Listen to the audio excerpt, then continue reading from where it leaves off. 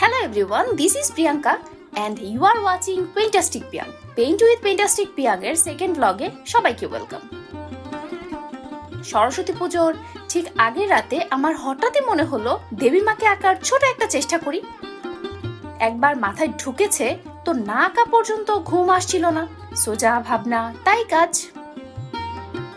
যাই হোক, ছোটবেলায় সরস্বতী পূজার সব থেকে মজার পার্ট ছিল সেদিন পড়তে বসতে হতো না। বড়রা বলতো ওই দিন নাকি পড়তে হয় না, আর পড়তে হবে না মানেই সেদিন ছুটি। টিচার পড়াতে আসতো না, স্কুলে যেতে হতো না, কেউ পড়তেও বসতে বলতো না। সারাদিন শুধু ঘুরি ঘুরি করতাম। পুজোর ভোগের খিচুড়ি খাওয়া, যা ইচ্ছা করে বেড়ানোই ছিল একমাত্র কাজ ওই দিন। আর এই বসন্ত পঞ্চমীতে হলুদ মেখে সকালে স্নান করা ছিল ছোটবেলার এক অন্যরকম আনন্দ। আচ্ছা, অনেক কথা বলা হলো, এখন বলো তো আমার ড্রয়িং কেমন লাগলো? Thanks for watching. Stay tuned for the next video. Till then, ta-ra!